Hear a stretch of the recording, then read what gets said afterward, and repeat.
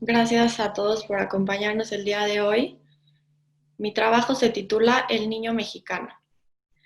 El pensar a un niño mexicano el día de hoy significa remontar hacia la historia del propio país, el desarrollo del mismo, la posición geográfica, los indígenas, la conquista, los españoles, los franceses, los americanos y la pelea del mexicano por defender la patria, su lugar y no dejarse conquistar más, su independencia y su dependencia, su esencia, lo que hace ser hoy al mexicano mexicano. Roger Bartra hace un compendio de trabajos acerca de la anatomía del mexicano. Busca comprender factores tanto psicológicos como sociológicos e históricos que acercan a entender por qué el pueblo mexicano se comporta de tal o cual forma y qué es lo que lo acerca para llegar a tener una población carenciada, sin ganas de realmente salir adelante, buscando la comodidad máxima, sin pensar en el futuro, no importándole las decisiones de su vida, una imposibilidad de hacerse cargo de sus propias decisiones, lo que implica el que existan tantas personas dentro de la población mexicana que tengan algún trastorno mental derivado del ambiente familiar, el que puede ser heredado quizás, acercándose a la vivencia transgeneracional de tantas generaciones hacia atrás, y que desafortunadamente son los niños los que terminan mostrando síntomas incontrolables para los padres. Como se vio en el documental, el cuerpo desnudo pueden llegar a institucionalizarse. La pregunta que me hace reflexionar al respecto es, ¿qué sucede para llegar a ver casos en pacientes con vivencias traumáticas, llenas de violencia, ignorancia, negligencia por parte de los padres y familiares? Me parece que la respuesta puede encontrarse en la propia historia de los padres y de los padres de estos pacientes, niños y adolescentes que llegan a la consulta presentando vivencias psicóticas, por ejemplo. Bartra nos dice, ¿no es esta una desastrosa invitación para que los niños mexicanos sigan extrayendo de las insondables minas de la identidad los recursos míticos que les permitan tolerar la miseria con dignidad? Por eso me parece que la identidad es un inquietante campo minado, en el doble sentido de ser un lugar atravesado por galerías subterráneas o sembrado de artefactos explosivos. Los niños nacen de unos padres con educación básica, los que difícilmente pueden conectarse con sus emociones y sus propios sentimientos, por lo que la función metabolizadora no está del todo desarrollada, lo que va a provocar que niños lleguen al mundo teniendo padres ya carenciados, por lo que su propio maternaje ya de inicio se ve carenciado. Siguiendo a Bartra, en el ensayo La sensibilidad del mexicano, escrito por Ezequiel Chávez, el autor nos acerca a una posible interpretación de este nuevo bebé, la desgracia de ser hijo, nieto y bisnieto de efímeros azares, el que al nacer se encontró con rota o deshecha su familia, como rota la habían encontrado sus progenitores y los progenitores de estos. Ese es el trauma que transita de generación en generación, un trauma poco o nada elaborado, nada simbolizado, que llega a la siguiente generación a manifestarse, pues en efecto no mueven al hombre las ideas, sino las emociones. El papel que tiene el padre mexicano cae en un profundo hoyo, el cual muchas veces es llenado a través del alcohol, pues trae consigo efímeros momentos de felicidad que duran poco, pero que también trae consigo un ser salvaje, agresivo, dolido y profundamente herido por sus padres, por no poder salir de ese mismo hoyo, el cual lleva cavando ya años y años. Por otro lado está la madre, quien ha vivido una historia parecida al padre, llena de huecos, de acciones y no de palabras, de un maternaje carenciado, y esa será la oportunidad que le dará a este nuevo bebé. Pero entonces pensemos en Philippe Julien, quien nos presenta tres conceptos claves sobre los que se rige una comunidad: deber, bienestar y deseo. La familia del mexicano, dentro de mi experiencia trabajando en el SEAC y con lo que Ezequiel Chávez ha denominado como mestizos vulgares, presenta una combinación peculiar entre el bienestar y el deseo, a veces dejando de lado el deber, pero que de una forma u otra queda impuesto por los padres. El mestizo vulgar busca estar lo más cómodo posible, el hacer el mínimo esfuerzo por conseguir las cosas. Vive en un estado tal de desarraigo hacia sí mismo que es así como actúa al exterior. Es dejarse llevar constantemente por el deseo y el bienestar. Si hoy quiero estar con una mujer, estoy. Si mañana quiero estar con otra mujer, estoy. Moviéndose constantemente en estos conceptos, muchas veces se olvida del deber, el formar una familia, el ser una figura importante para sus hijos, el estar presentes, sino que simplemente se va. Considero importante mencionar que el padre ausente no es exclusivo de ninguna clase social.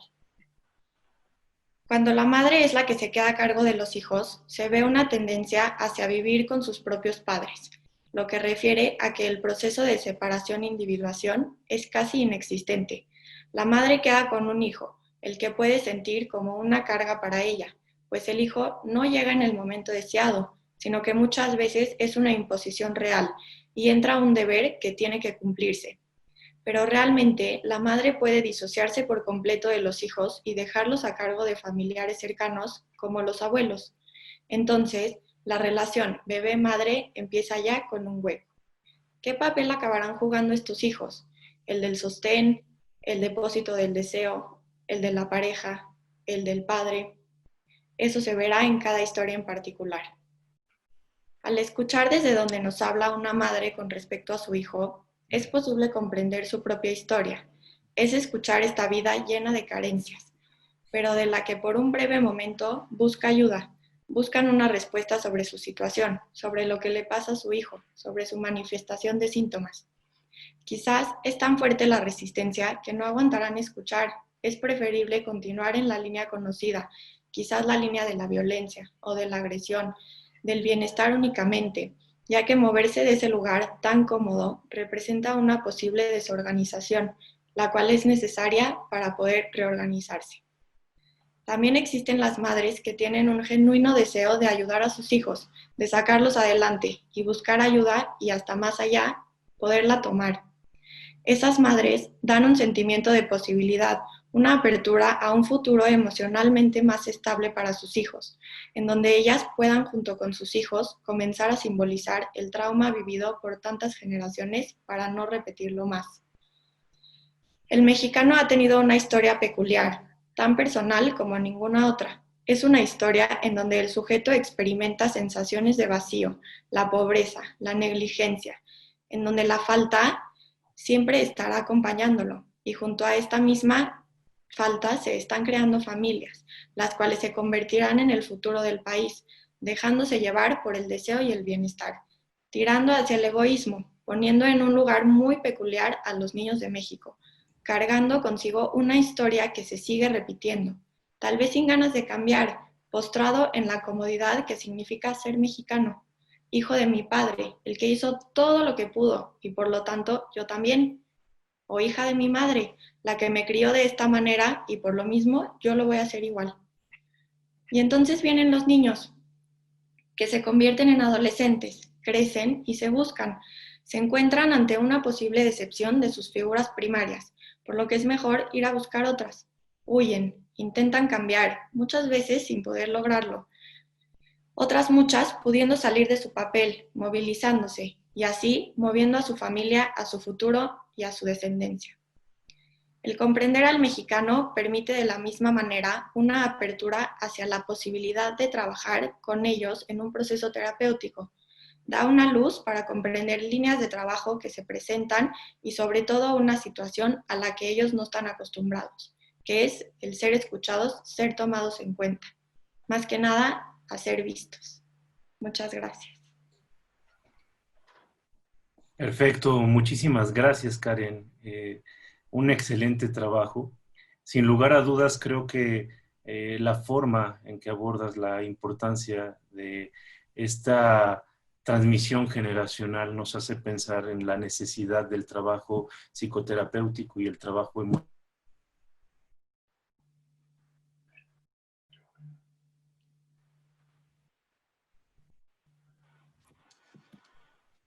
Se cae en el error de pensar que el hijo, la hija, va a ser la respuesta a estos problemas generacionales. Entonces, el hijo, más que venir con un fin propio a este mundo, viene instrumentalizado, cosificado.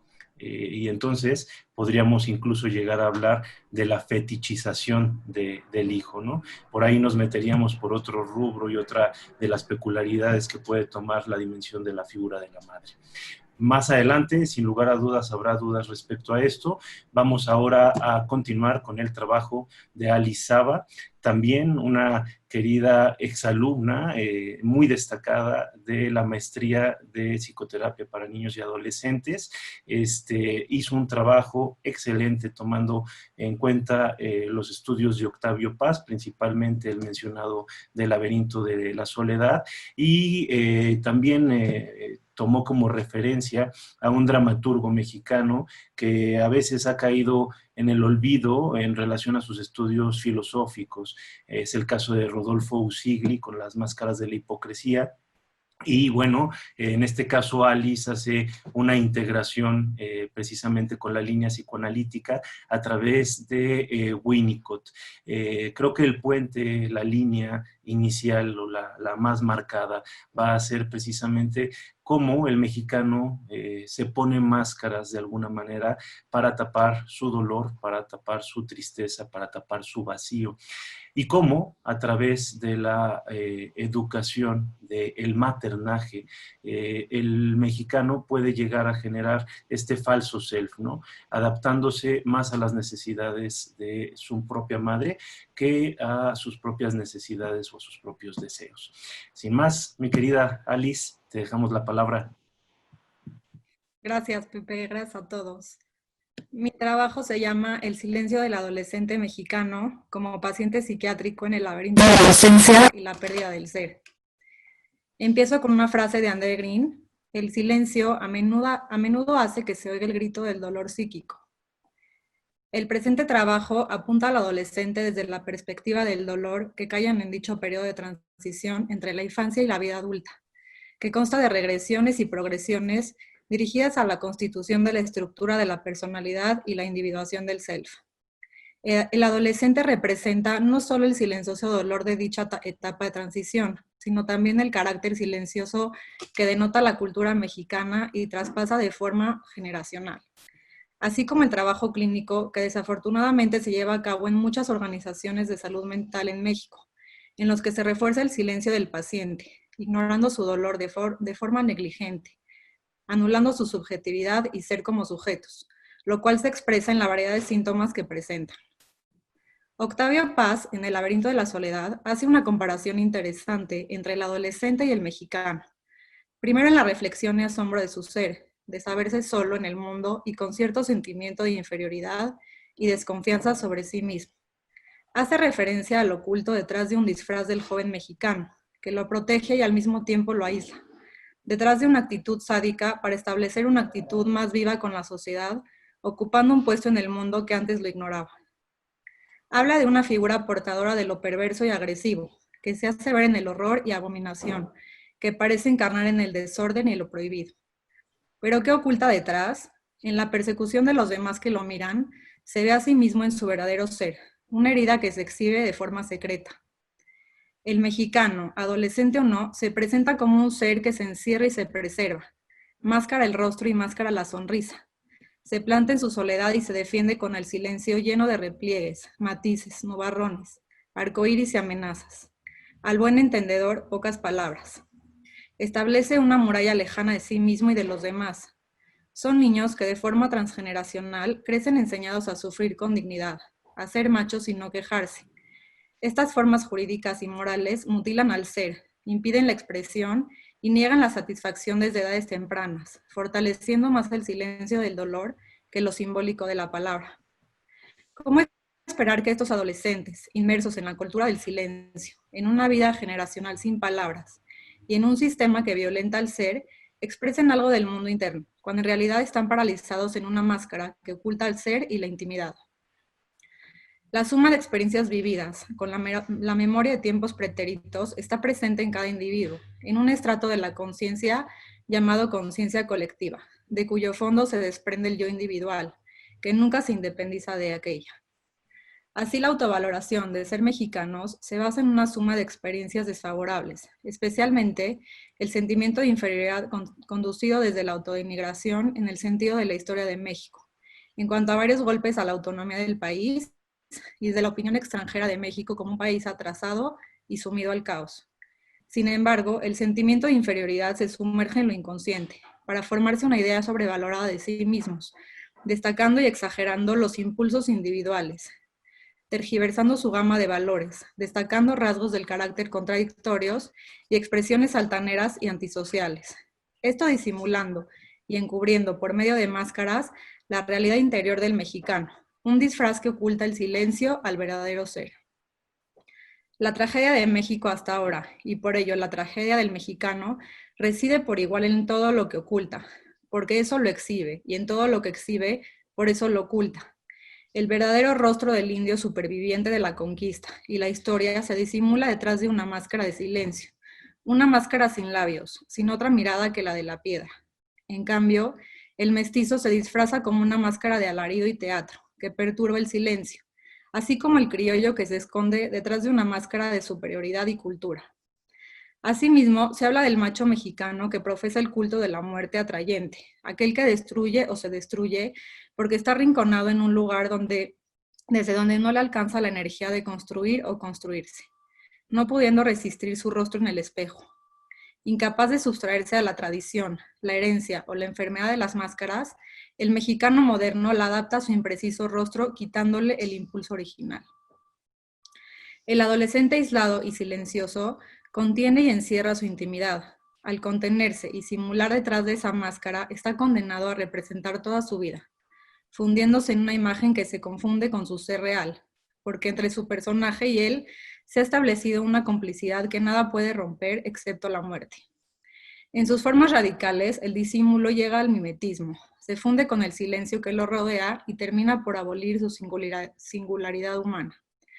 Ninguno es la ausencia de nuestras miradas, la pausa de nuestra conversación, la reticencia de nuestro silencio, el eterno ausente, el hueco que no llenamos.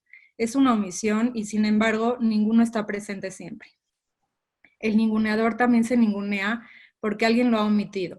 Y si todos somos ninguno, no existe nadie y el círculo se cierra. Vuelve a imperar el silencio sobre la existencia del ser. Es imprescindible entenderlo desde el punto de vista relacional. Winnicott sostiene que el yo tiende a integrarse en una unidad desde las etapas tempranas del desarrollo y conforme va creciendo el niño.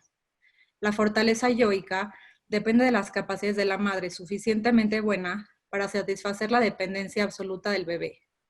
Así, cuando el infante emerge de la matriz simbiótica con la madre, puede tener una breve experiencia de omnipotencia. Esto hace posible que el bebé se relacione con objetos subjetivos y que haga uso del yo auxiliar que le proporciona la madre, fortaleciendo así su propio yo en desarrollo y apegándose al principio de realidad gradualmente. Cuando la madre no es suficientemente buena, el yo del bebé es incapaz de madurar y queda distorsionado en ciertos aspectos. El desarrollo del yo se caracteriza por varias tendencias. El yo comienza siendo un yo corporal, se empieza a vincular la parte psíquica con las funciones corporales, como la piel como capa que limita. La integración del yo tiene al establecimiento del self unitario, es decir, que la protección suficientemente buena de la madre al bebé le proporciona la capacidad de erigir una personalidad, de seguir siendo persona. Y cuando hay grandes fallas en la contención de la madre, se provoca una fragmentación en la continuidad del ser y el desarrollo de psicopatología, así como la emergencia del falso self. Cuando la madre no comprende las necesidades del bebé y no fomenta su omnipotencia, falla en satisfacer el gesto del infante. En su lugar lo reemplaza por su propio gesto, lo que culmina en la sumisión del niño. El falso self funciona en una división entre la psique y el soma, así como en adoptar rasgos falsos que protegen los verdaderos, el silencio que oculta un secreto, la máscara que oculta al yo real. Lo anterior tiene que ver con la regulación de los afectos y la creciente capacidad para simbolizar. El origen de la simbolización tiene que ver con la vivencia de satisfacción a partir de la cual se produce una inscripción que marca el origen de una representación, la cual tiene un carácter simbólico. Es el resultado de una huella anémica, algo del orden de la realidad externa que se inscribe a partir de la relación con el objeto. El trabajo de simbolización requiere de lo real del objeto y la experiencia de pérdida para la representación de la ausencia. Es decir, es la marca que señala que hubo algo ahí, el pecho, y que ya no está. Sin embargo, es la marca que da cuenta de la presencia a través de la ausencia. Aulanier sostiene que no hay representación fantasmática que no sea conjuntamente la representación que el representante se da de él mismo en tanto deseante. André Green afirma, el narcisismo es la borradura de las huellas del otro en el deseo de lo uno. Es decir, que la diferencia instaurada por la separación entre la madre y su hijo es compensada por la investidura narcisista. Sin embargo, en algunos sistemas familiares es frecuente que los padres hablen de sus hijos como si no estuvieran presentes. Esto negándolos como personas, como si no hubiera registro del afecto, de presencia, así como se registran etiquetas de inferioridad sobre aquello que representa lo femenino, la figura materna, de forma contradictoria y ambivalente. La familia mexicana se ha matizado de la valoración transgeneracional desde la mujer, desde lo indígena como devaluada, así como el hombre es sobrevalorado, identificado como el conquistador y dominante. Se trata de una valoración contradictoria de la mujer que alimentó y cargó como devaluada frente a la mujer fría y distante, apreciada por la cultura y la alta sociedad. Así como de ello surge la identificación de la mujer como inferior al hombre y pasiva, callada ante el señor de la casa, las más de las veces ausente y dominante, incluso violento. Así el niño crece en un ámbito familiar confuso, con dificultades en la identificación con la madre mexicana inferior y el padre mexicano idealizado en su dominio y violencia. Esto especialmente visible en la crisis de identidad adolescente. Con dolor, esfuerzo y lentitud nace el mexicano del asombro y del silencio. Asombro del español enfático, autoritario y paternal, y silencio fecundo, por primitivo e inédito de lo mexicano, retraído al pasivo y cóncavo seno materno de lo indio. Muchas de las veces el sistema familiar se conjuga en una violencia a la propia integridad, la repetición del trauma sin la posibilidad de simbolización y elaboración, una reedición de las vivencias violentas que se conjugan con el pasado vivido y despiertan aún más la pulsión de muerte, del derrumbe, del sinsentido. Un trauma es deducido en signos de aniquilamiento y sensación de derrumbe. Incluso puede ser algo de lo que no ha ocurrido, algo que ha quedado en silencio y recuerda una omisión de socorro de alguien que responda al dolor. Son esas marcas que también se transmiten de una generación a otra. Una marca transmitida de forma negativa y que desliga la estructura psíquica silenciosamente si la siguiente generación no ha podido tramitarla. La huella impresa por el terror atraviesa las generaciones y marca el futuro de la cultura mexicana, llevando a una masificación del vacío y de lo no nombrado. Es lo que hace sentir el silencio de los adolescentes en la clínica, que destaca lo ominoso, sensaciones muy primitivas de angustia y terror innombrables, que remiten a las huellas némicas que experimentan un reordenamiento o retranscripción de la primera vivencia infantil. Se trata del horror que ha cubierto lo que no se ha dicho en la infancia y traspasa al aparato psíquico, por lo que llegan niños y adolescentes con peculiares síntomas que apuntan a lo psicótico o a una desconexión con la realidad. Los intentos suicidas que señalan que algo ominoso e inexplicable ha quedado en silencio. ¿Son inexplicables los intentos suicidas? El psicoanálisis refiere que la huella anémica habla del resto, muy primitivo, donde la relación con el objeto era indiferenciada para el sujeto y no había una organización psíquica como tal. Sabemos de ellos a partir de sensaciones muy primitivas de angustia y terror innombrables. Se habla de un doble vínculo paradójico, donde la ambivalencia y la paradoja son inconcebibles para el sujeto indiferenciado, que nos remite al vínculo primitivo y simbiótico entre la madre y el bebé. En el adolescente prevalece lo paradójico entre vivir y morir, dos fuerzas no susceptibles de ser separadas y entendidas por sí mismas que coexisten a la vez. Ser o no ser, vivir o morir, crecer o no crecer, paradojas que devienen en el orden de lo terrorífico. ¿Soy un ser subjetivo o soy un ser en estado pegado al otro?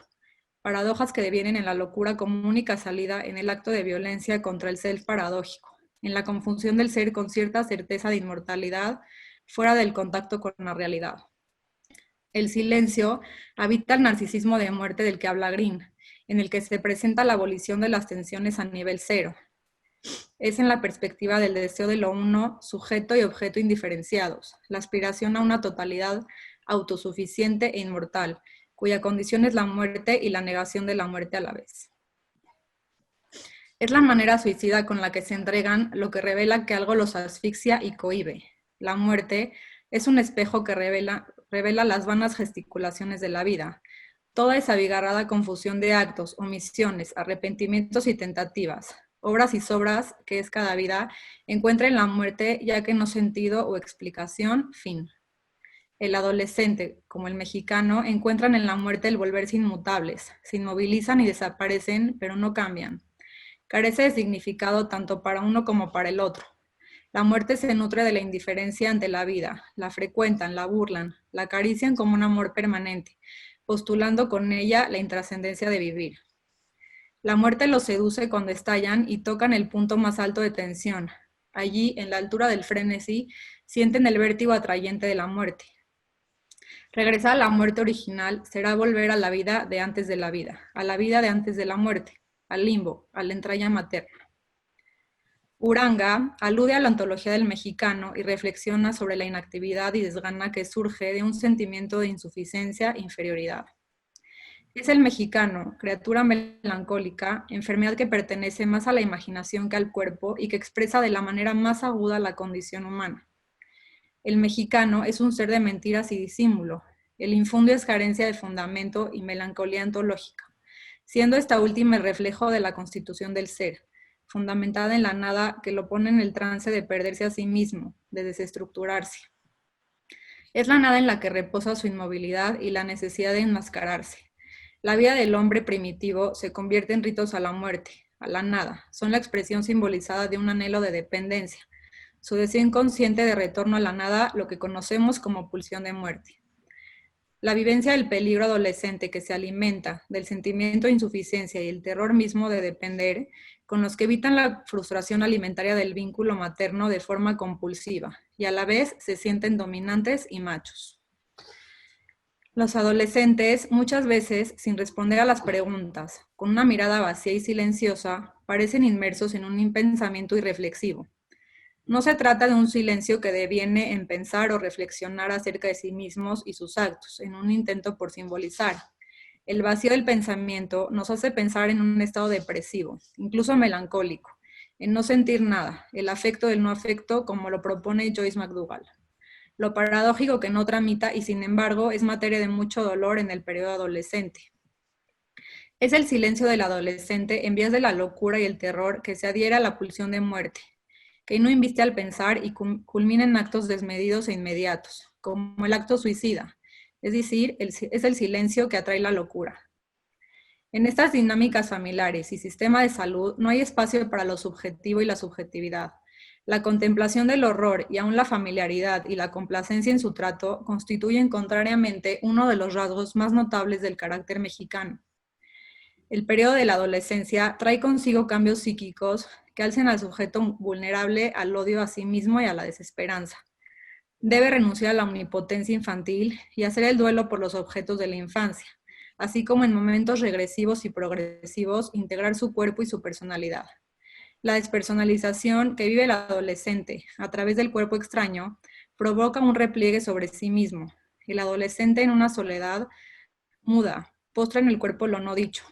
Esto por medio de síntomas psicosomáticos, la inanición, autolesiones, intentos de suicidio y la misma muerte que inunda la posibilidad de palabra. Aquello que se silencia en la infancia suele manifestarse a gritos durante la adolescencia. El adolescente suicida debe ser considerado como alguien que sufre inmensamente, con sentimientos de tormento, sumido en un extremo estado de resignación ante una situación frente a la cual se siente impotente, con mucha desesperanza y la pérdida de la autoestima. El lugar del mundo interno y del afuera, lo subjetivo y lo objetivo, es el espacio transicional que nos permite pensar ese lugar donde se pueden articular ambos espacios. Como hace uso el niño del objeto, como hace uso del juego y del espacio analítico, un paciente donde se juega la paradoja, donde hay algo mío, hay algo tuyo, pero a la vez hay algo nuevo entre ambos. el lugar de la terceridad y la capacidad de simbolizar. Es la voz que en cambio abre posibilidades de expresión, de simbolismo, de mera descarga. Con la voz se llama al objeto y se expresa el dolor. Es importante en terapia psicoanalítica respetar al paciente como sujeto, que pueda tener voz, estar presente cuando los padres hablan y darles el micrófono con el que puedan hablar desde su lugar como personas con deseos, temores y emociones. Es necesario como psicoterapeutas con enfoque psicoanalítico preguntar y escuchar acerca de eso que está en juego. Estar dispuestos a oír en el dolor es callar el silencio. Así como devolver algo es contener y darle al paciente el camino de salir de ese silencio desgarrador. Soportar el silencio del adolescente es soportar la angustia y el dolor que proyectan en la figura del terapeuta, muchas veces sentida a través de la contratransferencia, conectándonos a lo silencioso de inconsciente a inconsciente.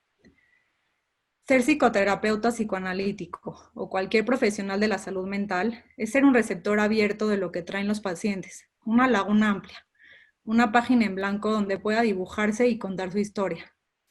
Es un poco de lo que se critica a los profesionales que se presentan como un libro cerrado atenidos a un cuestionario sin apuntar a la profundidad de nada ni de nadie, dirigidos a lo concreto, a la violencia de negarlos como sujetos, como lo han sido en casa con sus propios padres y como se ha vivido de forma transgeneracional.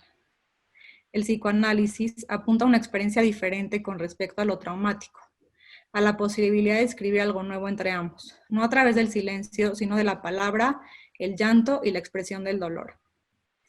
Es necesario conectarse con la angustia. Este es el ruido que rompe el continuo silencioso del sentimiento de existir, en el intercambio de informaciones consigo mismo o con el prójimo.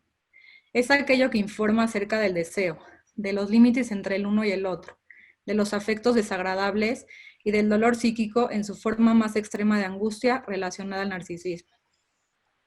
A través de la psicoterapia psicoanalítica y el análisis se encuentra la oportunidad de revivir el trauma en el proceso con la finalidad de resignificarlo, una posibilidad de representación y pensamiento.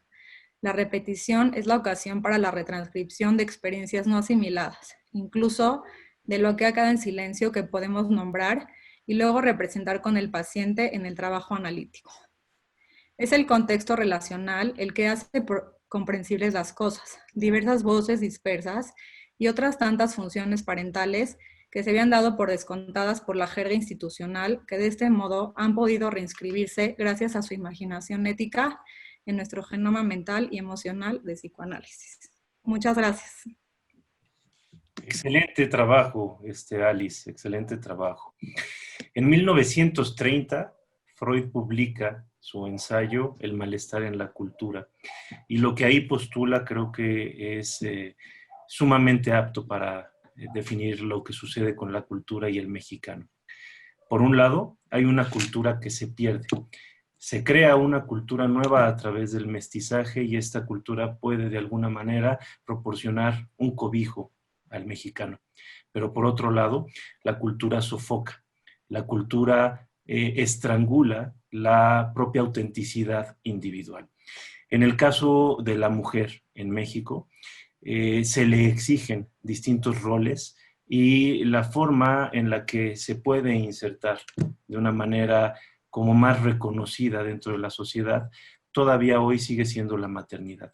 Afortunadamente, estamos cambiando los valores culturales gracias a trabajos sociales, a trabajos psicoterapéuticos y psicoanalíticos, intervenciones en la comunidad, que permiten que la mujer separe su trascendencia, su plenitud, su felicidad de la maternidad.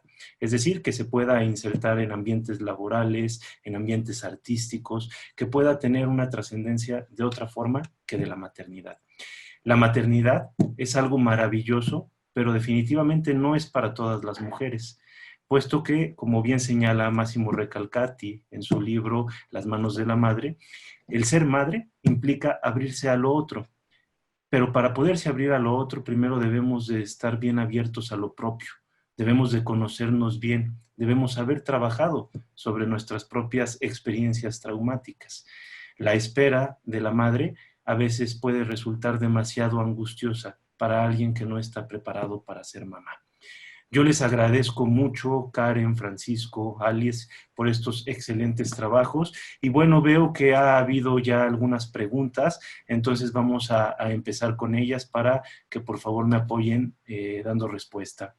Hay varias felicitaciones a sus trabajos, pero hay una primera pregunta para Francisco y va relacionada en relación a que, ¿cómo es esto de que hay mucho padre a través de la madre? Quisieran ver si puedes explicar un poquito más, Francisco. Claro, en la familia mexicana todavía hoy día predomina una dinámica en la que el padre sale a trabajar y la madre está a cargo de los hijos, de la casa, todas estas cosas, ¿no? Entonces se dice que el padre siempre está ausente, se va en la mañana, regresa en la noche, cena, regañar a los niños y dormir, ¿no? Pero durante todo ese día la madre siempre invoca al padre en función de que cuando llegue tu papá vas a ver, y le voy a decir tu papá. Entonces siempre el padre está ahí presente. En ese sentido, hay mucho padre a través de la madre, además de que las mujeres también son machistas. Desafortunadamente no son orilladas a ello, pero también son machistas. También es que llega el papá, ve y quítale los zapatos a tu papá, y dale un masaje en los pies, quítale los calcetines, y prepárale no sé qué a tu papá. Y entonces, también ahí está el presente siempre el padre a través de la madre, aunque físicamente no está el padre ahí, la madre siempre lo invoca.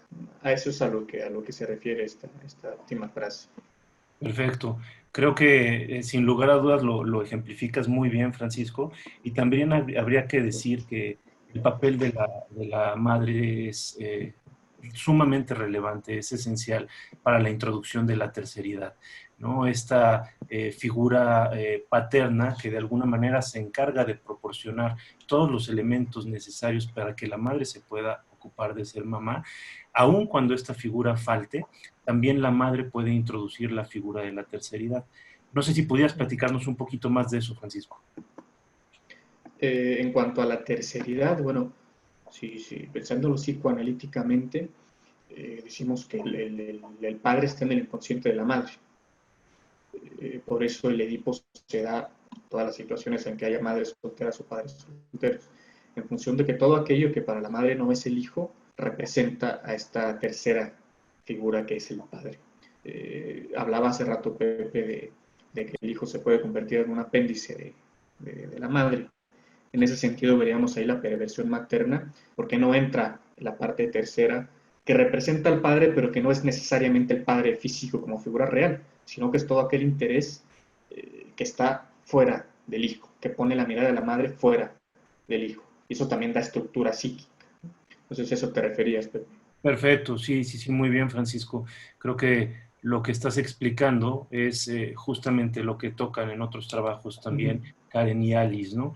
Es decir, la madre, independientemente de que no haya un padre, tiene la experiencia de terceridad, tiene la experiencia de un hombre, tiene la experiencia de una pareja sexual, de un padre, de un abuelo, qué sé yo, ¿no? Y toda esta experiencia vivida en relación a la figura del hombre va a ser transmitida e introducida en la relación con el hijo de forma inconsciente, ¿no? Por eso es que el trabajo psicoterapéutico, el trabajo emocional va a ser muy importante para que esa transmisión no esté cargada de las carencias y del dolor, ¿no? Sino que de alguna manera pueda atenuarse un poco el impacto de lo traumático. Muy bien, nos están preguntando dónde pueden conseguir estos trabajos que les han gustado mucho y bueno, les comento que esta charla, este webinar está siendo grabado y bueno, vamos a tener la posibilidad de que ustedes accedan a él directamente a través de la página de la Asociación Psicoanalítica Mexicana. Pueden acceder a esta conferencia y a todas las que se han venido presentando en este verano de capacitación, de trabajo intenso que nos ha proporcionado el Centro de Estudios de Posgrado. Hay una pregunta también que nos habla un poquito de el trabajo, de cómo abordar el trabajo en relación a las familias que tienen estos huecos de dolor. Preguntan si únicamente con psicoterapia individual. No sé si pueda responder esta pregunta, Karen. Sí, claro que sí. Bueno, la terapia que se propone para trabajar en primera instancia sería una terapia individual porque es más sencillo acudir a terapia a una persona, atraer a toda la familia a terapia. Aunque cuando encontramos varios problemas o varios síntomas, también existe la posibilidad de trabajar con terapia familiar. Ayuda muchísimo la terapia familiar. Sin embargo, una psicoterapia individual, trabajando con un niño, un adolescente o un adulto, va a permear dentro de la familia también. Entonces, el mismo trabajo individual se va a permear entre todos los demás miembros de la familia y es con lo que podemos trabajar. Y entonces lo que podamos hacer, lo vamos a hacer. Con el que quiera trabajar, vamos a trabajar. Y cuando se requiera de dar una intervención familiar, se puede dar una intervención familiar. Si la mamá quiere venir al consultorio, preguntamos al paciente o a la paciente si quiere traer a su mamá y la mamá puede entrar a una sesión. Si el papá quiere entrar, también puede entrar. Si los papás quieren entrar, entran. Entonces, esto puede ser un tratamiento flexible en cuanto a la gente que quiera participar en este tratamiento. Se invita, se busca que todos entren en este juego para hacer un cambio en la estructura familiar desde el paciente individual. Por supuesto, y creo que es una excelente respuesta, Karen. En el Centro de Atención a la Comunidad, lo que buscamos mucho hacer con estos chiquitos que nos llegan, sobre todo, ¿no? Y adolescentes, con este tipo de problemáticas, es sin lugar a dudas jalar a la mamá, al papá, a la tía, al tío, al abuelo y la abuela, y los perros porque no hablan, pero si no, también nos los traeríamos, ¿no? Todos los miembros de la familia forman parte de esta dinámica que está generando un problema en el paciente que llega. Y hay que entender que cada uno de ellos, en cierta medida, están padeciendo de un dolor intenso, pero muchas veces no son conscientes de ello, ¿no? Y solo traen al que tiene estas manifestaciones, resultado de una adaptación poco favorable a esta dinámica familiar. En algunos casos, podríamos equiparar esto a lo que sucede, por ejemplo, con circunstancias, pues, como muy complejas, ¿no? En relación a todas estas dinámicas familiares. Vamos a pensarlo de esta manera, ¿no? Si tenemos una persona que ha padecido de abuso sexual, la persona que ha padecido abuso sexual va a tener un trauma, sin lugar a dudas, y va a tener una experiencia muy difícil, va a tener mucho dolor que le va a dificultar su proceso de desarrollo. Pero si nosotros nos dedicamos nada más a victimizar a la persona que abusó de este chiquito, de esta mujer, lo que vamos a estar haciendo es caer un poco en lo mismo con ellos que lo que hicieron, ¿no? Es decir, estas personas que están victimizando, que están abusando de otros, también son víctimas a su vez. También padecen de un dolor que necesita ser trabajado y elaborado. Estos trabajos terapéuticos tienen que ser integrales en la medida de las posibilidades, porque muchos pacientes no se prestan a ello, pero siempre y cuando haya la condición de posibilidad, debemos de intentar trabajar con toda la constelación de los miembros que están en esta dinámica familiar. Bueno, tenemos otra pregunta por acá. ¿Podrías explicar cómo se moviliza esa energía en mujeres que por decisión propia deciden la no reproducción? ¿Qué pasa con esa ligazón, Francisco?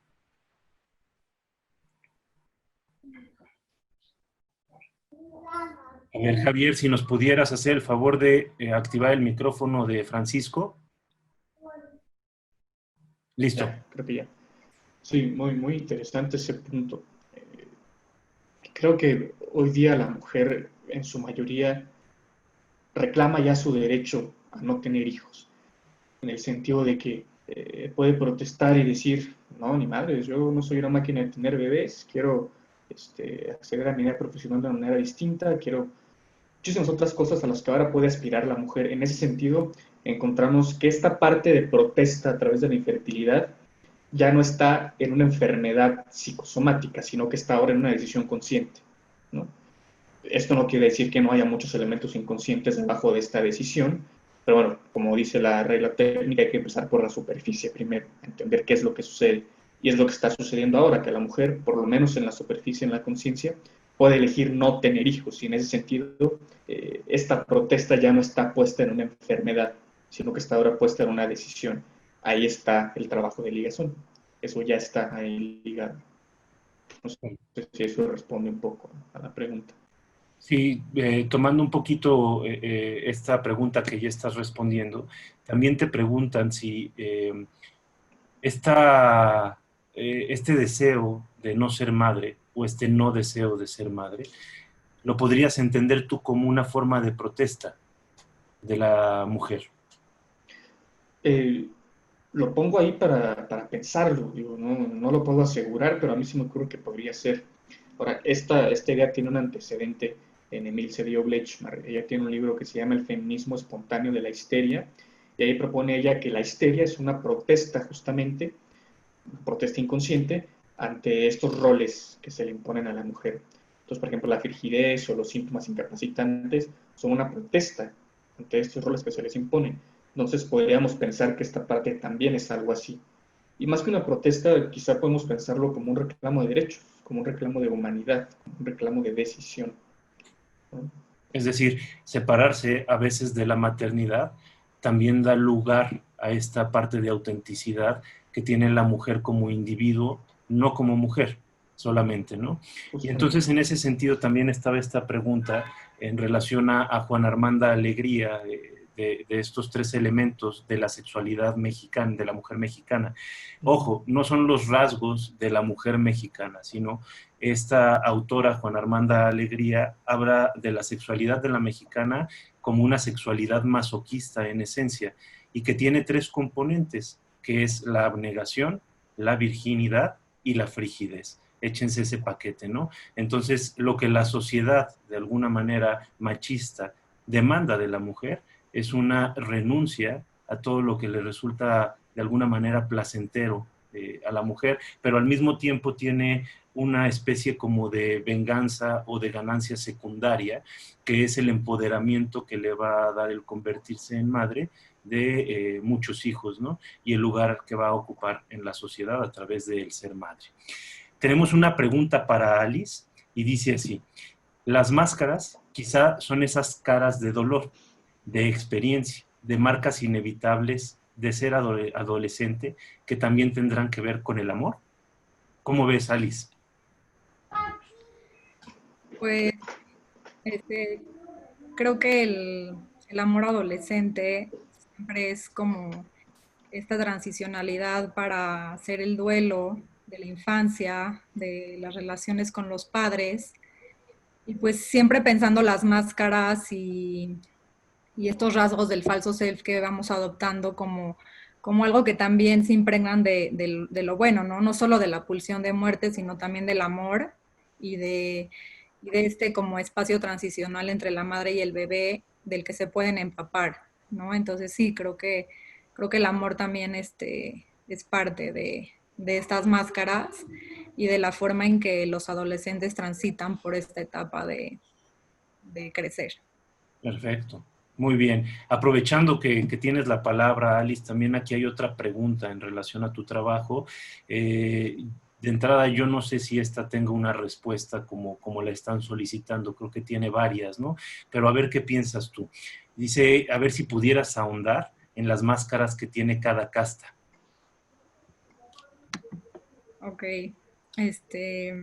bueno, hablé un poquito de eso en el trabajo, de Usigli, de hecho es el que lo propone, de estas máscaras como por ejemplo del indígena, como en un silencio más, más como puesto, ¿no? Como que estas personas muy calladas, muy, de no decir nada de sí mismos, de no, parece que estuvieran como sin afecto.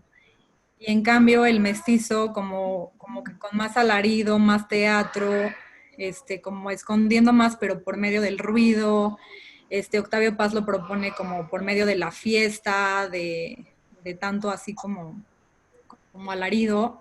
Y el criollo como con esta máscara de superioridad y cultura, como más en como estos seres superiores que no tienen sentimiento, que no sienten dolor porque toda su vida es perfecta. Y bueno, habla de diferentes máscaras como de los diferentes tipos de mexicanos, y pero que finalmente todos ocultan su rostro, ¿no? De su rostro y su verdadero self. Es decir, para sobrevivir empiezan a ponerse máscaras que de alguna manera les permiten ocultar su dolor, su verdadera naturaleza y poder encajar a la sociedad. Lo que es una forma de proteger su esencia, su yo verdadero, su self verdadero, pero al mismo tiempo el falso self puede llegar a sofocar la esencia del individuo, ¿no? Se puede llegar a convertir en algo tan rígido que más que ayudar a que la persona se proteja, la acaba destruyendo, ¿no? Entonces, bueno, en esencia, independientemente de las máscaras en relación a las castas, creo que podríamos hablar de la máscara muy particular que va construyendo cada uno de nosotros para el día a día, ¿no? Tenemos ya solo un par de minutos y me gustaría darle la palabra a Karen, que te están preguntando un poquito sobre el texto de Philippe Julien, y si pudieras hacer como una síntesis rápido, nada más como lo abordado, dónde lo pueden conseguir, mi querida Karen. Claro que sí. Bueno, Philippe Julien es un psicoanalista francés que propone cómo se basa una sociedad, que es a través del deseo, del bienestar y del deber. El deber prácticamente es como el super yo, podría ser una sociedad basada en el deber como una sociedad religiosa muy cerrada, tal vez, como muy hacia las reglas, muy pegada hacia lo que se tiene que hacer, a cómo ser, relacionándolo con la maternidad, a que la mujer tiene que tener hijos a la fuerza, y si la mujer no tiene hijos, entonces no es mujer, ¿no? Por decirlo así.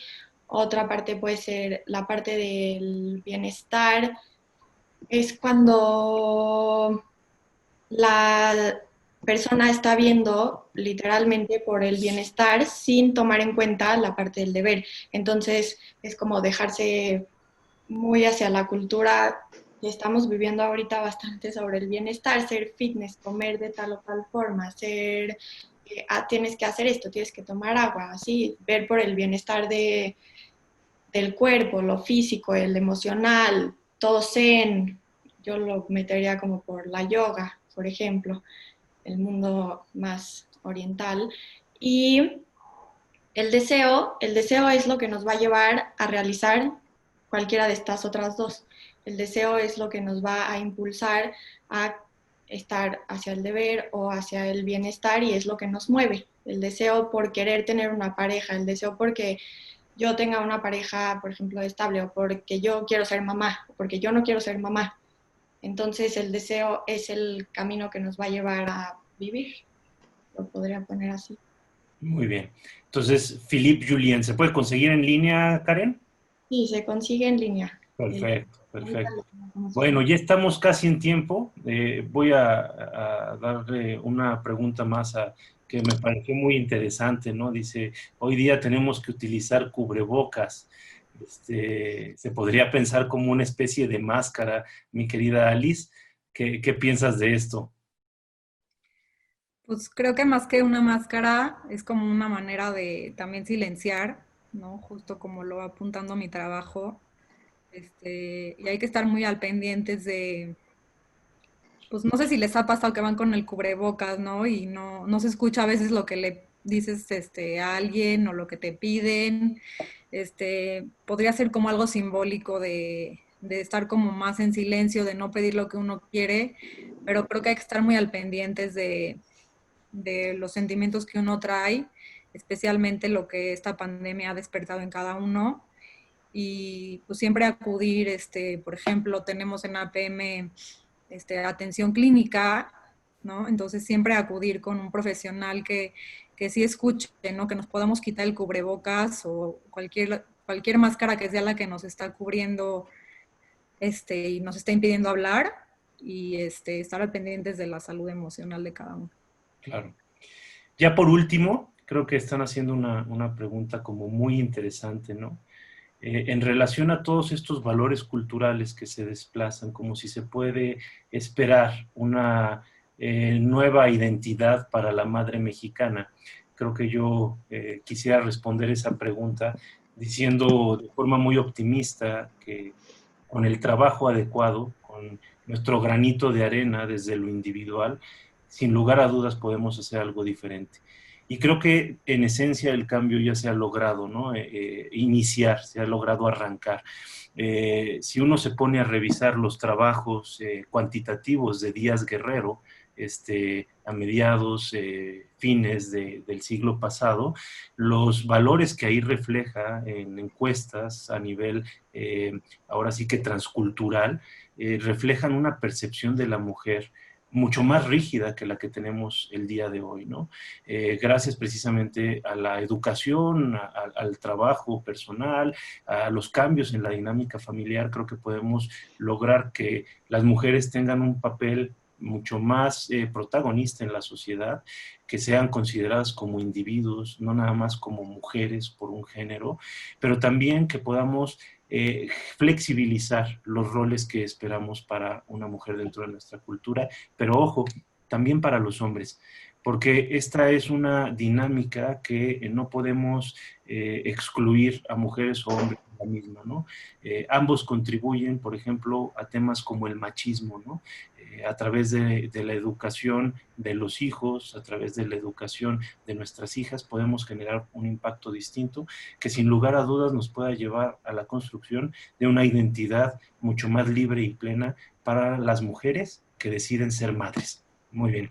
El día de hoy se nos ha terminado el tiempo, pero estamos muy felices y muy agradecidos con todos ustedes por haber formado parte de la comunidad APM durante este verano intensivo de conferencias, de trabajos que presentamos a través del webinar. Les repito que las inscripciones a nuestras maestrías, a nuestro doctorado, al instituto, están abiertas, todavía tienen un par de semanas y va a ser un placer contar con ustedes y que formen parte de nuestra comunidad. Dejo la palabra a la doctora Ruth Axelrod, directora del Centro de Estudios de Posgrado. Gracias, Pepe. Felicito a este panel tan lindo, Alice, Francisco, Karen. Tan tempranito ya estamos todos despiertos escuchando cómo tenemos que reflexionar en nuestra identidad nacional. Y a Pepe, muchas gracias por tanta riqueza y tanto conocimiento, ¿no? Esta vez tu coordinación fue muy vasta y muy profunda. Siempre me quedo pensando, ¿a qué horas lees tanto? Me encanta. Tienes muchísimo conocimiento, ¿no?